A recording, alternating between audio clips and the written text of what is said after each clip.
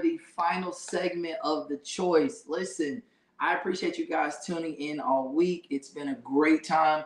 Hopefully, the information that you guys have received thus far has been helpful. I pray that you guys have taken a lot of notes and a lot of things to build on.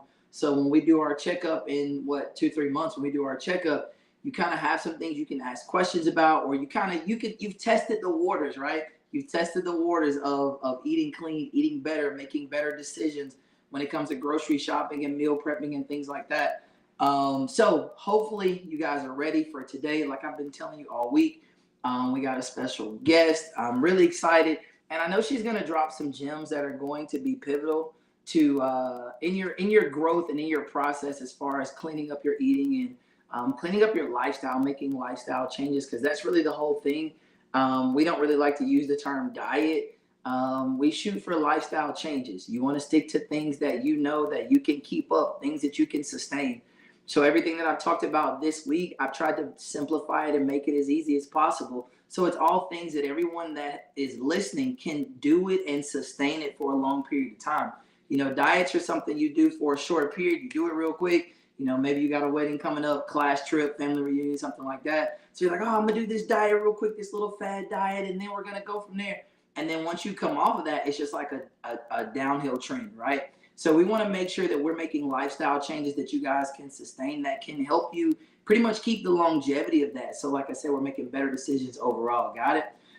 So I see a lot of you guys are in. Listen, please, please, please, anytime you have a question today, I'm going to shut up and let my special guest have the floor. So when you guys have questions, light them up in the chat and we will make sure we get everything answered today. All right. Without further ado, I do want to bring in our special guest. She is none other than Miss Tiffany Moore. You all may know her from Faith Chapel, Pastor Mike Moore's daughter, health and nutrition coach. Tiffany Moore, welcome, welcome, welcome. Thank you so much for joining us today. We appreciate it. Hey, everybody. I'm so excited to be here. I know y'all have had an exciting week so far. You learned a lot. I know it's nothing but wisdom and knowledge, and I hope that I can help add on to what you all have already learned today. Well, this week. For sure, for sure. All right, so what are you gonna share with us today? What's the subject matter today? Yeah, so I wanted to talk about food triggers. And so for a lot of people who I've worked with, they'll make food choices not realizing that they're either triggered by something or something has caused them to eat the way that they eat. And so, or choose different patterns of eating. And so I wanted to kind of talk about how do we create these patterns of eating when it comes to what we decide to eat. So different food triggers that can impact your eating choices. That's the thing that we're going to be talking about today. Gotcha. Okay. And I think that's unique because I know in a lot of clients that I have, people talk about just those, and I talked about it this week, kind of those relationships with food. You know what I mean? Yeah. Of course, you have the emotional eaters. You know what I Mhm. mean? And when I talked about healthy relationships, you kind of eat in all phases. When you're happy, you eat. You want to celebrate. Right. When you're sad, you want that comfort food. You want to eat again. You know what I mean? So Right. creating those healthy relationships with food. So yeah, we are ready. We are locked and loaded. Even just with what happened this week with the weather, the first thing that most people think of, I Absolutely. got to give me some chili, I got to get something at home, I got to get something that's going to be warm.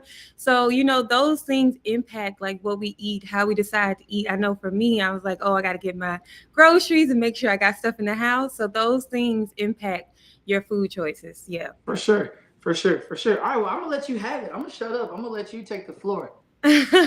So the first thing that I want to talk about, like what are food triggers? Because you may be thinking, okay, what is food triggers? So food triggers For are sure. basically cues or influences to what you decide to eat. So some of an example could be if you've had a stressful day at work and you want something to help kind of comfort you. So the term happy hour that a lot of people hear about, they're like, oh, I want something that's going to make me happy. Yeah. Um, Yeah. that's some of the things that like come from. So stress at work can cause you to come home and want to get, like you said, some of those comfort foods.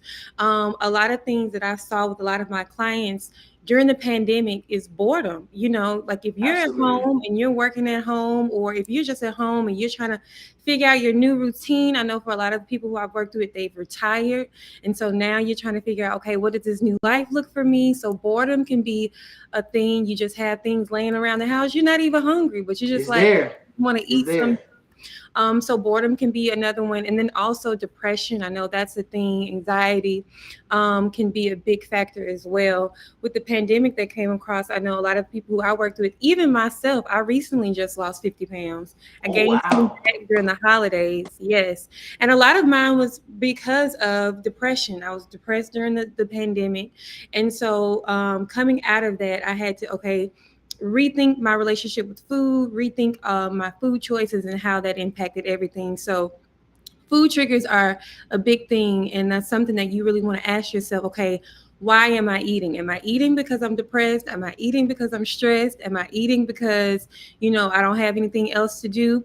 A lot of other factors can be celebrations. Food triggers doesn't have to be a negative thing. It could be a positive thing as well. So you have a anniversary that comes up and you want to eat, and so I never tell people that they can't enjoy the foods that they love, because you're never going to be able to sustain that for a lifetime. I always say you want to make sure that you're doing something that you can sustain. So there's nothing wrong with celebrating. There's nothing wrong with eating the foods that you love, but it's always moderation. I say that if you are eating a lifestyle throughout the year where you're choosing healthy food choices and you're eating healthy, you don't have to worry about the holidays. You don't have to worry about, your birthdays and anniversaries, because you're making it a lifestyle thing. Right, right, right, Yeah. right. We talked about moderation this week, making sure, because I understand, like you said, that it's really not sustainable mentally and physically to just Yeah. eh, to ignore so many good foods that are out there. Right? Right. It's not sustainable. Right. But moderation is key. You have to have balance and say, okay, well, like for instance, tonight I don't mind sharing this. Right? I've been looking forward to this cheat meal all week. Tonight I am going to order some pizza from Pizza Hut and I'm going to Right. wings, right? Like that's the cheat meal for me for the Right. week. And it'll just be that. It will be Right. that meal. Saturday, I'll be right back on regular schedule program and I won't see another cheat meal until next weekend. So Yeah. you're right. It's you have to find that balance. Yeah, and I always tell my clients who I work with, don't think of what can I subtract, think about what can I add. So let's say Right. you are eating the pizza, the food that you love. Okay, what can I add to this to make this healthier? So you may say, hey, let me add a salad to go with the pizza that I may be eating, or let me add some vegetables to go with it.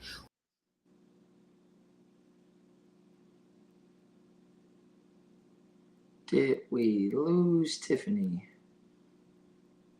Yep, we lost Tiffany for a second. All right, I am sure they will work to get Tiffany back in. But I will just kind of stay within that practice that we were just discussing. Making sure you stay within the confines of moderation, right? So don't hear anything that we have said or I have said this week and think or take and run with it. Well, I can't, I gotta eat this, I gotta eat this, I gotta eat like this, I gotta eat this every day. Not sustainable, right? So we understand that there are going to be times where you take a step back from your schedule. Here's what I eat 7 days a week. Enjoy whatever that meal is or whatever the event is.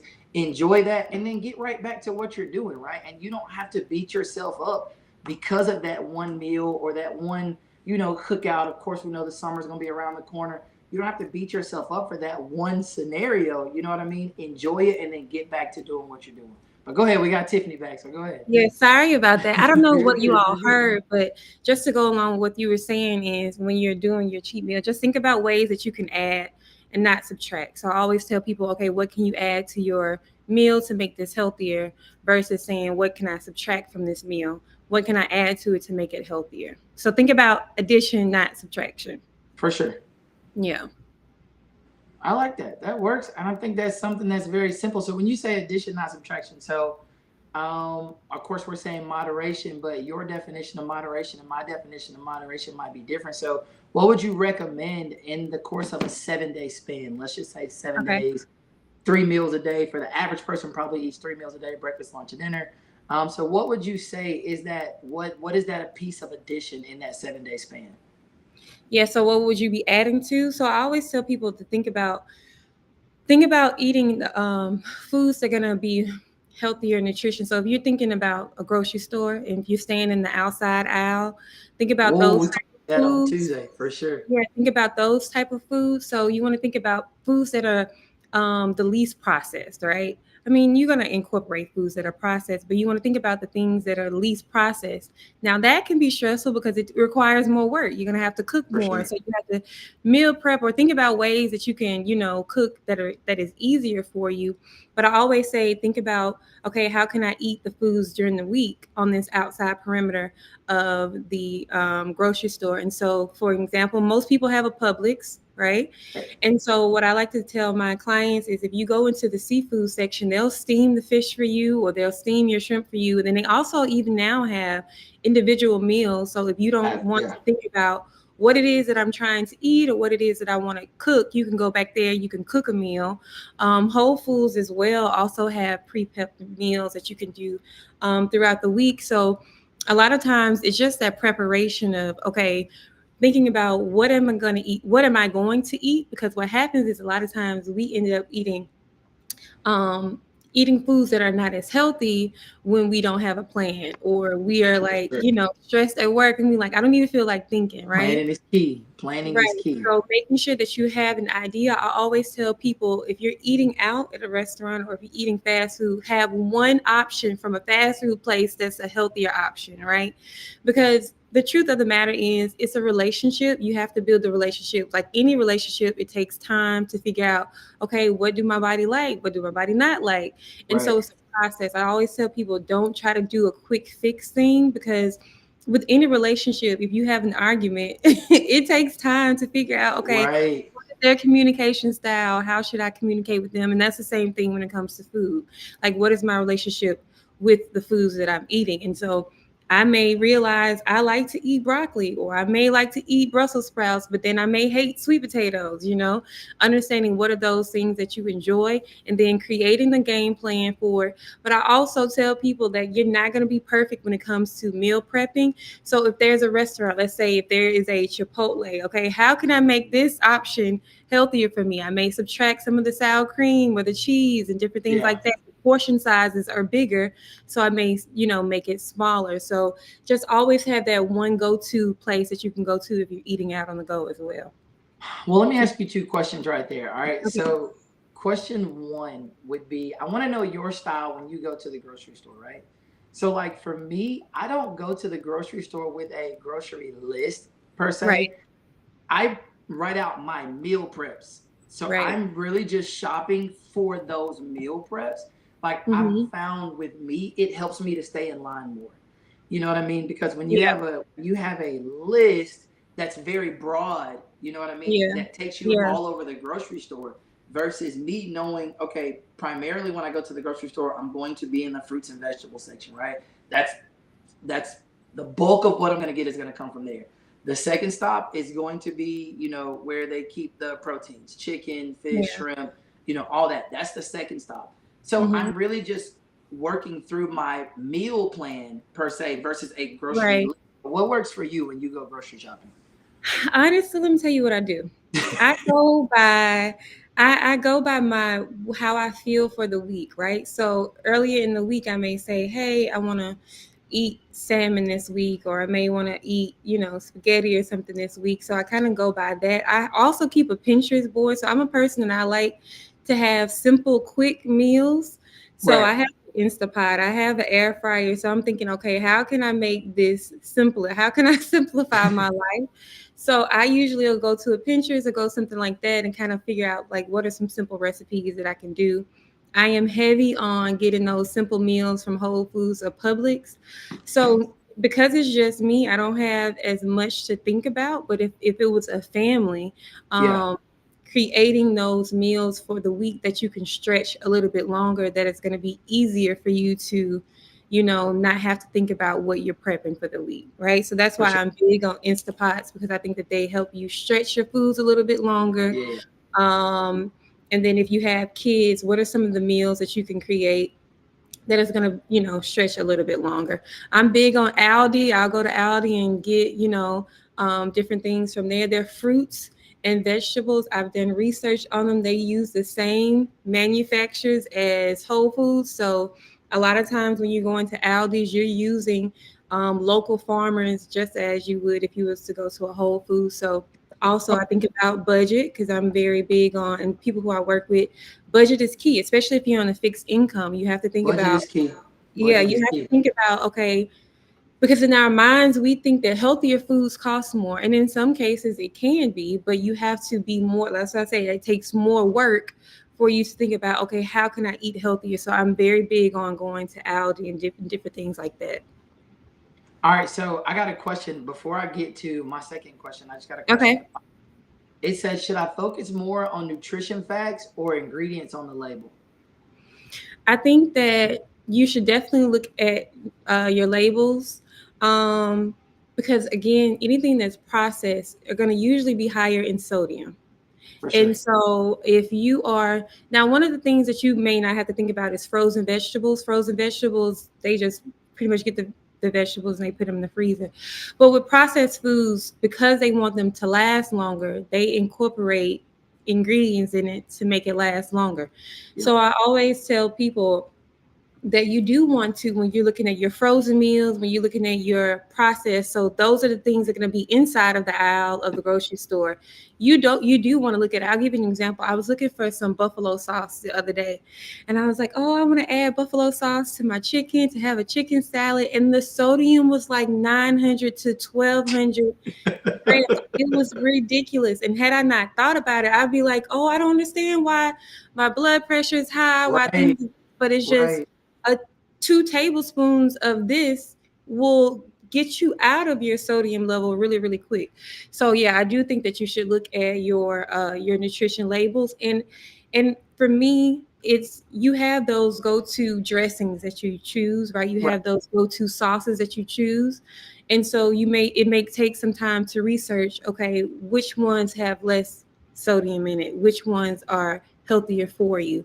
And For so sure. it takes more work, but yes, you definitely should look at those and see. I'm not saying that it's something that you should do continuously, because you're not going to always be doing that, but you should Right. have an idea of what it is that you're putting into your body.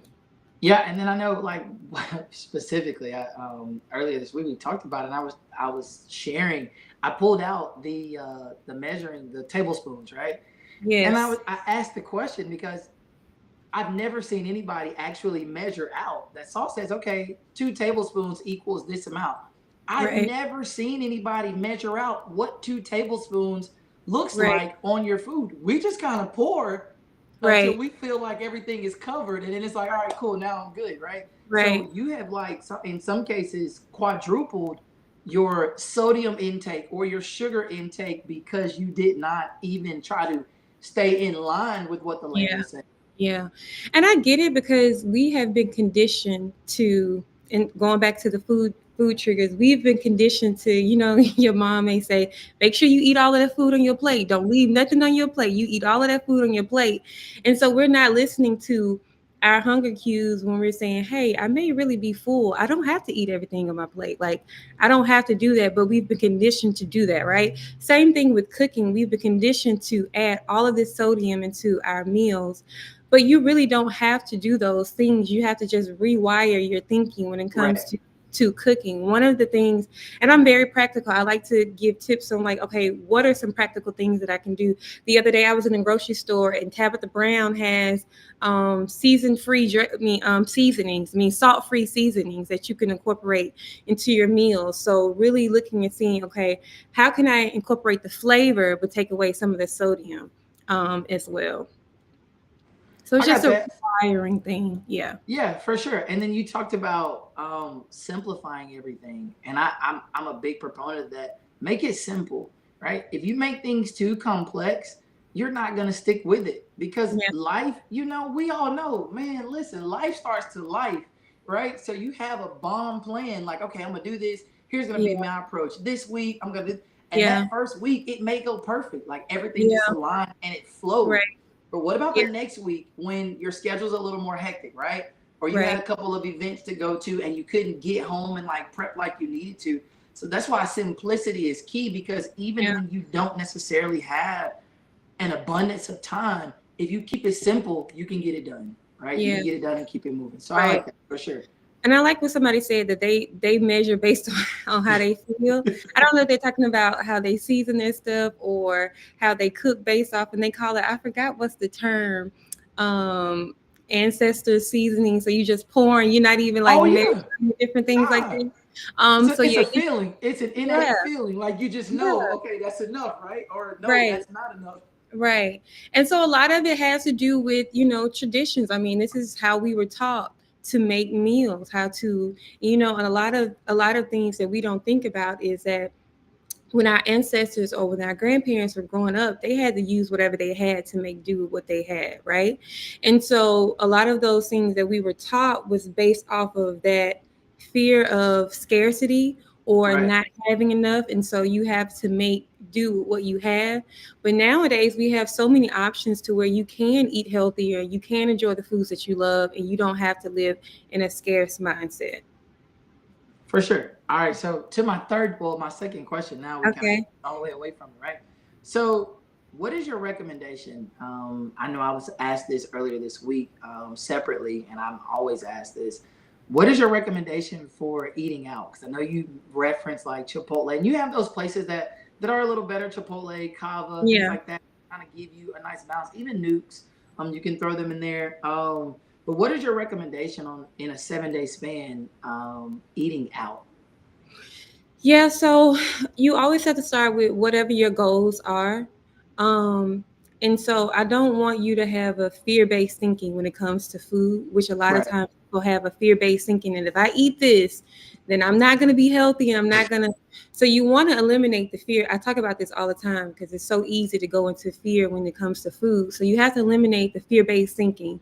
One, allowing the Holy Spirit to help you. And I think a lot of times as Christians, we don't realize that the Holy Spirit was sent to help us for with sure. our food choices. So allowing the Holy Spirit to help you. But I always ask the person when I'm talking to it, is it sustainable? Can you go the rest of your life not eating out? Right, And usually most people say no, they can't do that. So correct. the question now is, okay, how can I make this healthier, or how can I make this something that is healthier for me, that I can enjoy it but still not be in fear that I ate this, that it's going to be bad, right? Right, So yeah, you want to find those options, because I always say you can go, this is my philosophy, so I'm different. I don't necessarily recommend you go to a lot of fast food restaurants, but I always say that if you go, there are options that you can choose that are healthier versus the Big Mac and the fries, right? right, So I always say that if you do go, think of again, how can I add to this to make this healthier, to make this better? And then a lot of times, what we do is we're choosing foods based off of us waiting to the last minute, right? right, So usually, when we're eating out, we waited to the last minute, and now we're like, okay, whatever it is, our stomach is allowing us to choose whatever it is that we want to choose at that moment, right? right. Versus eating those small meals throughout the day or incorporating more protein into your diet, which is going to make you feel fuller for longer. So I say that if you eat, just be mindful of the choices and have like 2 or 3 restaurants that you can go to that are a little bit healthier. Okay, okay. I saw in the chat, somebody asked this, and I'll parlay it into a couple of different things. How do you feel about, and I know we talked about earlier, making decisions that are sustainable, things that you can Yeah. stick with for, keeping longevity. But what do you feel about keto and like the carnivore diet, and I'm trying to think of some of these other kind of trendy things that people just kind of, or like the fruit, Hmm. you have the fruit diet, like we're in the social media world, of course, right? Hmm. So you have social media that may glorify this diet, and oh man, we Right. got these results and it's trending. You know what I mean? Mhm. So how do you feel, or what is your advice to people that just kind of try to jump on those bandwagons versus trying to find something that they can sustain for a long period of time? Yeah, so it goes back to knowing your why. I'll give you an example with me because I can only go by me and the people who I've worked with. So for me, I had found out recently that fibroids ran in my family. And Okay. so I was praying about it, and I felt like God was telling me to eliminate chicken. I'm like, chicken? Like, yeah, we all love chicken. I can't eliminate chicken. Are you sure that it's chicken? And so I felt like that was one of plus some other things, but I felt like that was something that I was led to do. Right. And then from there, it went to being vegetarian and then to being vegan. And I did vegan for a year and a half. Was I did it. It was easy. But then when I moved back, because I was living in Atlanta, when I moved back to Alabama, it became more challenging for me. And I For probably sure. could have did it if I would have changed my mindset, but it was something that I couldn't sustain. So you have to ask yourself when it comes to these ketos or carnivore diets or whatever it is that you do, is it something that you can sustain? And Right. what works for one person may not work for you. And then sometimes you may do something just for a season. So for me, I don't recommend that everybody be vegan, but that's what God told me to do. And so for a season, I was vegan. Does that make Right. sense? For And sure. so you really have to just figure out if you have some health challenges or if you've been diagnosed with something. Again, asking the Holy Spirit, okay, what is it that I should be doing? And He may tell you to do more of a Mediterranean style diet. He may tell you to do something where you're not cutting out processed foods, but you're limiting them. So Right. a lot of it has to do with sustainability. Is it something I can sustain? And then just because it worked for somebody else doesn't necessarily mean it's going to work for you. So I never say don't do something, because somebody may do keto and it may work for them. They may get Right. the results that they're looking for, and it may be something that they can sustain for the rest of their lives. But for the average person, it's not sustainable. They'll Right. go back into their regular patterns of eating. So I always say you want to make this a lifestyle, not something that's just for a now moment. For sure. For sure. Yeah. All right. So earlier, and I know we're kind of jumping all around, but earlier you talked about triggers, right? Hmm. So what would be your suggestions? Well, first, can you list out, I know we talked about fear, right? But can you Hmm. list out all the triggers so that everybody can easily identify those? And then once we list those out, the B portion of the question is, Yeah. what adjustments can we make to deal with those triggers going forward? Yeah. So you have emotional triggers. So emotional triggers can be the death of a loved one. It Okay. could be losing a job. It could be a fight, just even with your spouse. So you have emotional triggers. You have environmental triggers, and environmental triggers are basically just kind of like the things that are around you. So another example of environmental triggers are what's around you currently, right? So Right. you may have a whole bunch of things in your counters or in your cabinets, your pantries. Those are some of the things. And then you have what I call social triggers. And Okay. social triggers can be work meetings where you're eating all the time, where it can be, special holidays and different things like that. So you have different, but those are kind of like the three: emotional, environmental, and social triggers that you kind of like categorize those. And ways to combat those is one, eliminating the fear-based thinking that if I eat this, something's bad going to happen. And I know a lot of people deal with that fear-based thinking For of sure. food. And as we know, God hasn't given us a spirit of fear. But also to what I call mindful eating. A lot of times we've gotten into this environment where we're eating on the go, and we're not taking time to really just sit and think about what it is that we're eating. And then even just sitting down at a table, like I always tell families, like get back to eating at the table. Get rid of the phones, get rid of the TVs. Like those are ways to kind of like navigate your day during how's work or how's school and different things like that. But then also it helps you just to slow down and think about what it is that you're eating, because when you're mindful about your eating, you can listen to your fullness cues a little bit better. Okay, am I Right. full, or why am I eating? A lot of times you may have to ask yourself, okay, why am I eating? Am I eating just because it's here in my pantry, just because it's available? Am I eating because I had a bad day at work? Am I eating because I had an argument? And so some of those things that you're going to have to really think about is just figuring out, okay, what is triggering me right now to eat? And then also when you're eating, like I said, you were taught don't eat all of the foods on your plate, but what if you're still hungry? Right? Right. Like, what if you still, so listening to that as well as fueling your body, because that's what food is. It's you're fueling your body. And I always try to tell people, don't think of things that's good versus bad. Because what happens is it's like with a kid. You tell them no, no, no, you can't do it, and then the moment they get free, they like, oh, I get to do everything.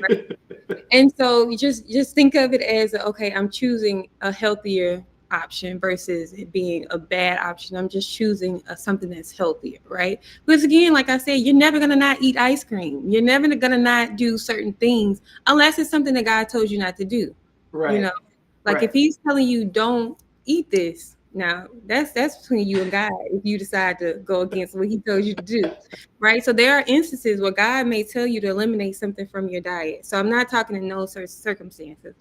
But if it's in the circumstances where God hasn't instructed you not to do something, then you want to make sure that you're doing, again, like we said, moderation. All right, so Yeah. I see a question popped in that says, "What if you're still hungry? What should you do at that point?" So I'm guessing that is from the standpoint of you've prepared your meal, you sat down, you ate the meal, you ate everything on your plate, and what's next? Because I'm still hungry. So my question would be is what have you filled your plate with?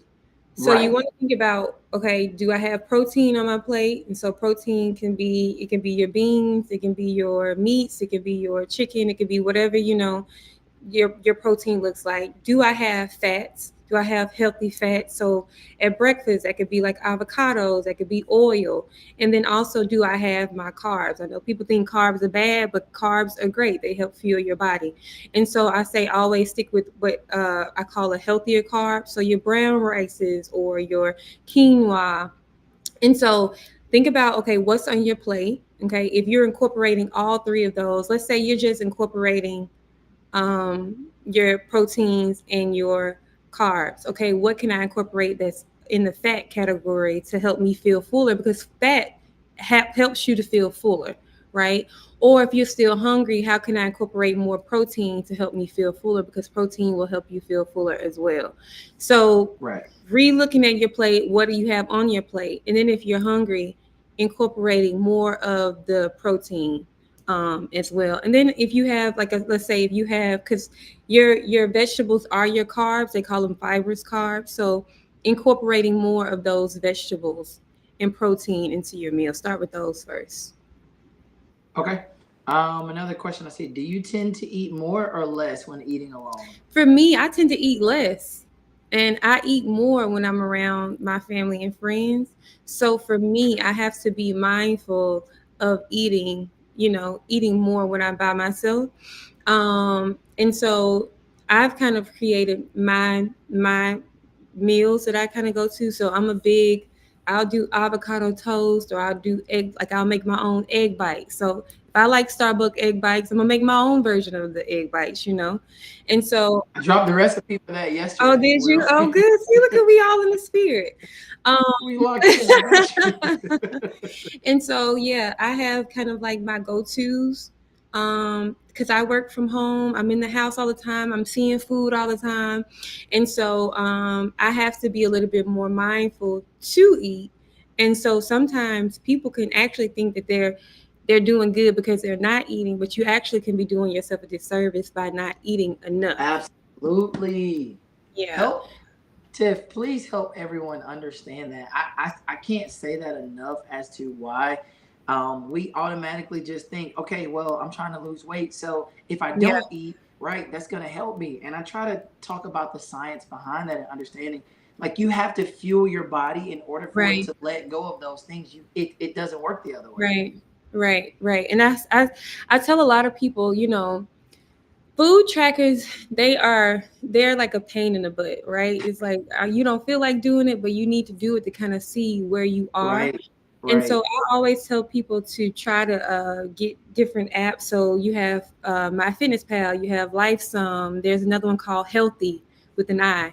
Lose it is That just mine. helps you lose it. Yes, That's mine. That's there mine. those are ways to help you get a gauge, okay, what you're eating, because a lot of times people may notice that they're not eating enough food, and so Right. they may need to incorporate. So those food trackers are a great way to help you see, okay, what am I eating? Am I eating too much? Am I not eating enough? And it just helps you get a good balance of it. I always tell people to try it for at least a week, and then that just helps you get a gauge of like what it is that you're eating.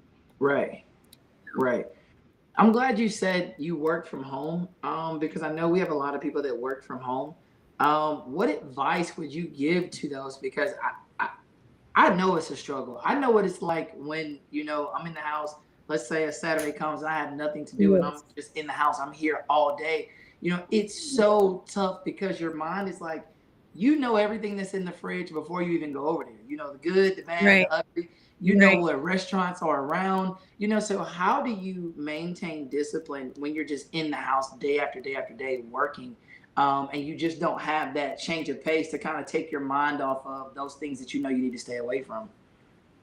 Yeah, so I had to build a routine. I had to get back into a habit of building a routine. So I have like a morning routine where, I'm working from home. So I have the option to not put on clothes. But because I have to develop a routine, I Right, have to put on clothes. And so for me, I'll put on workout clothes. And so I'll eat my breakfast, do my morning routine.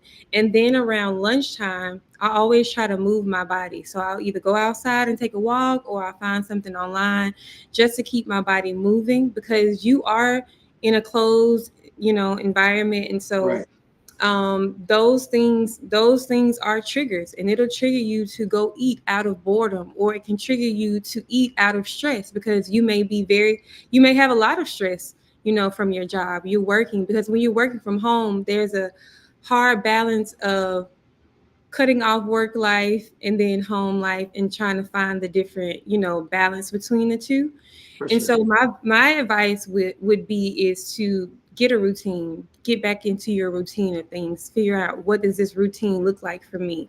And so I'll take an example like my mom. She just retired, and so she was used to doing certain things throughout the day, and so Right. now it's like her routine is thrown off, and so now she's having to develop a new routine of, okay, this is what I do and this is how I do different things. And so again, it just takes time to figuring out what works for you. So for me, what works for me is I can't just wake up and just start going right into work. I have to like get myself going and do my morning routine and then get into it. And then I have to incorporate working out because afterwards I'm just like, I don't feel like it. So, your morning routine can include moving in the morning time once you wake up, or it can include moving during your work time. So, yeah, just finding that balance in that routine. That's very important.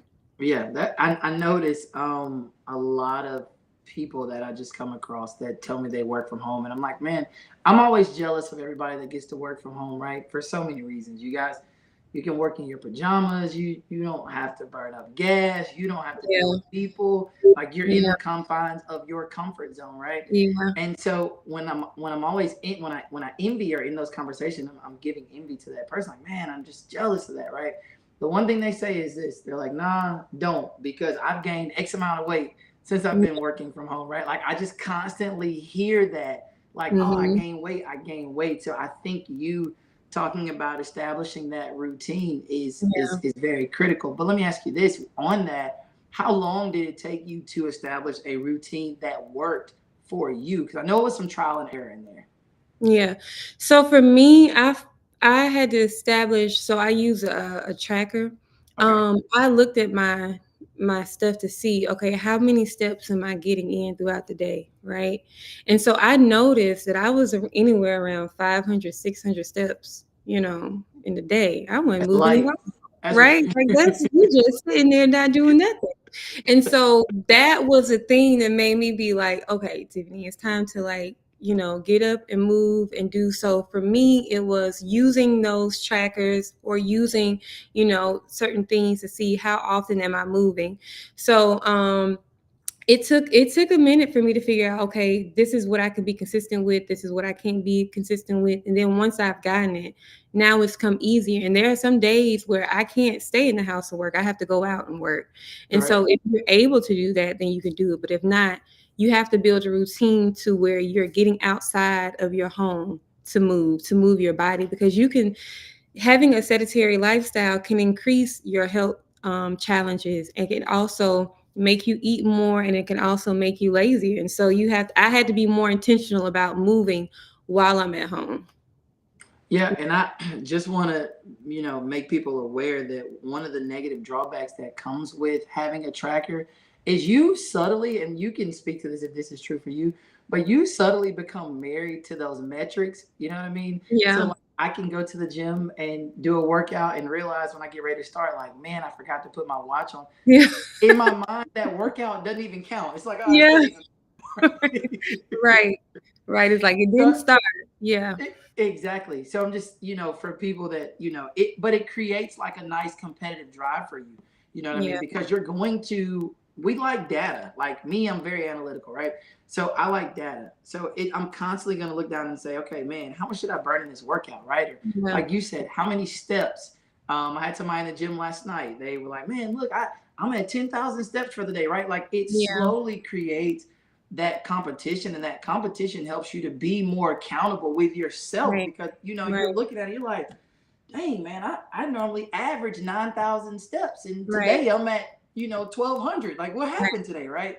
So Right. I think that's a good thing that'll just kind of push you in the direction of staying accountable and Yeah. staying on track with everything, for sure, for Speaking of sure. accountability, so we talked about triggers, but you have healthy triggers. Like this group right here meeting is a healthy trigger because it's making you think, okay, what food choices I'm making? Am I moving my body enough? Am I, stressed? How am I relieving the stress? How am I, doing these things to help my body to be healthier? So you have healthy triggers. And it's so good to be in a group like this because accountability is key. I honestly think that unless you're just like super disciplined, I don't even think that's the case because as trainers, we need accountability. Right, for You're going to sure. always need somebody to help you stay accountable. So whether it's in this group or whether it's in your family, you need somebody to say, "Hey, this is what we're doing. This is the goals," and somebody Right. to help push you and challenge you in that. Right. Yeah. What would be your advice? And I have a question here, and then we'll kind of wrap up. But what would be your advice to the people that kind of suffer from the start-stop disease? Right. Like, Hmm. all right, I'm gonna do it. I started, and I'm good for 2 or 3 days, and then I'm off. Okay. Yeah. Then I'm good for another 5 days, and then I'm off. Right. So it's like I know it's gonna go back to that fear trigger, I guess, because you start stop and you start stop to the point that you just get so down on yourself that you just throw it away. Yeah. What Yeah. would be your advice to those people to kind of help them understand mistakes are inevitable on this journey, right? Hmm. Fitness as a whole, it's trial and error because, Tiff, you, myself, we can give advice all day. We can talk and talk you through things and call you on the phone and all of that. But there's the lion's share that still lands on the person that has to do the action, Right. right? It still lands on them. And there are going to be some things like your trainer doesn't know your body like you know your body, right? Right. So for Right. every client, I'm going to give you a recommendation for what I think works. And like you said, we're going to give it a little bit of time and we'll see kind Right. of, well, maybe that didn't work. Let's fine tune this and let's make these Yeah. adjustments. Let's shift here. So what would be your advice, I guess, to for people to stay encouraged when they fail just within themselves? Yeah. So I think it goes back to it, and I'm not trying to be churchy, but it does go back into allowing the Holy Spirit to help you. I think that can be something that we really don't take advantage of. That we have an advantage of the Holy Spirit. So that would be one thing, and then going back to asking yourself, was this attainable? And so for me, when I lost weight, I was doing the same thing that I'm doing now, working from home. But I was again going back to that depression thing. And so I had a trainer and I was working out an hour and a half a day. But I always left fatigued, super tired. I didn't care about like my food choices or anything like that. It just wasn't sustainable for me. And then I Right. also learned through some more of my studies is that when you are adding on more stress through exercises that's overly stressful, especially for women, that can impact your hormones and it Right. actually can do the opposite effect of what you're trying to do. So for me, I had to ask myself, okay, what can I do that's sustainable that I can actually sustain? And for me, that was walking. And so you have to ask yourself, okay, what it was that I was doing, was that really realistic? So when you talk Right. about starting and stopping, was it because you chose to do something that really wasn't sustainable? Like, I'm gonna work out 5 days out of the week, and you haven't worked out in 2 years. Like, is that really sustainable? Versus saying, okay, I'm just gonna get in 2 times out of the week, And whether it be 15 minutes walking, whether it be 30 minutes walking, or whether it be, going outside of my yard or doing more, it has to be something that you can sustain. And so asking yourself, was I being realistic? And I always tell people, with all of the knowledge that you've given this week, you have to find that one thing that you can do to start off, especially if you're just starting off. Right. You may not be able to do everything all at once, Right. right? But if they're taking your advice when you say, hey, eat on the perimeter of the outside of the grocery store, or maybe you're meal prepping, that's that one thing that you should start with, and you maintain that, and then you can build from that. So Right. making sure that you're doing something that you actually can sustain. And so going back into my situation, it was because I chose to do a certain eating lifestyle, and so I did that. But I was doing the Mediterranean like eating, but I also told myself that if I wanted to eat something that wasn't healthy, it was fine. I didn't have restrictions. Right. And I also saw that when I did that, I ate less of what I Yeah. was trying to restrict myself from. Right. And so, just making sure that you are incorporating things that you enjoy to do, that you like to do, and you can do. So I've learned that walking for me is something that I can do, and I enjoy it. I can go 5, 6, 7 miles outside, and it's a stress reliever, and it doesn't feel strenuous. It's not like a whole lot of stuff. And then there are times where I just work. I may walk for 15 minutes. So Right. finding out what is really realistic for you to be able to maintain. All right, perfect, perfect, perfect. All right, so Tiff, as we wrap up, is there any closing advice that you would like to give to everyone on here to just kind of as they replay it, just that nugget that'll just stick with them? Yeah, I was gonna say because I think I wrote down. I knew it was getting serious because I saw you flipping to the notepad. I said, "Oh, Yeah, yeah, okay." yeah. So I did. I did a sermon, and it was challenging on your thought process, your mindset. And so I always tell people it starts with your mind. Like if you have this mindset or this attitude, I'll never be able to do this. I'll never be able to eat healthy. I'll never be able to lose weight. Your body reacts to your thought process. As a Right. man, so is he. So first, starting with your mind and changing your thoughts. But there's a verse that says in Galatians 9, it's 6 verse 9, it says, let us not be weary in doing good, for at the proper time we will reap a harvest if we do not give up. And so that is something that I try to tell people, is to you're building a relationship with food, you're building a relationship with your exercise. And so if we're going by what the word says, it says you're going to reap a harvest if you don't give up. And so if you're doing the things that you've talked about this week, or doing the things that I've talked about today, of making things realistic and sustainable, you're going to see results. Whether it be, because not everybody's goal is to lose weight, some people's goals is to get off medicine. And I'm a big believer that you can get off medicine with the help of God and your food choices and exercises. And so, Absolutely. Absolutely. whatever it is that you're trying to do, just know that you'll see your harvest if you don't quit. Yeah. Perfect. Perfect. Well, Tiff, we have to do this again. We have to run this back for sure. Yeah, Uh, this is good. absolutely. I Feel appreciate. honored. I just want to say thank you guys for thinking of me, because it's always an honor to be considered to give wisdom, because there's so many other people that you can choose. So I do feel honored. And I thank everybody for listening, because you didn't have to, you could do so much other things with your time, but Absolutely. you decided to come. So I do, I don't take that for granted. I do thank y'all for listening as And well. we appreciate your time though. I know you are a busy woman, so we appreciate you taking the time to Thank lock in with you. us for this hour. Thank Just you. to drop the gems and things that you've learned along the way, it means a lot. To everybody, thank you all so much for tuning in again. It has been great this week. I will get more information out. I got to talk with Pastor Jay and figure out if we're doing the month to month checkup every 3 months. We'll figure it out and we'll put the information out there so you guys can kind of lock into it. Also, look, shameless plug. We got Pandemonium Saturdays tomorrow, 11 to 12 at the Center of Excellence. So make sure if you kind of want to get moving and get active, let that be your jump start. That's tomorrow. Other than that, man, thank y'all for tuning in and you all be blessed. Thank you. Bye.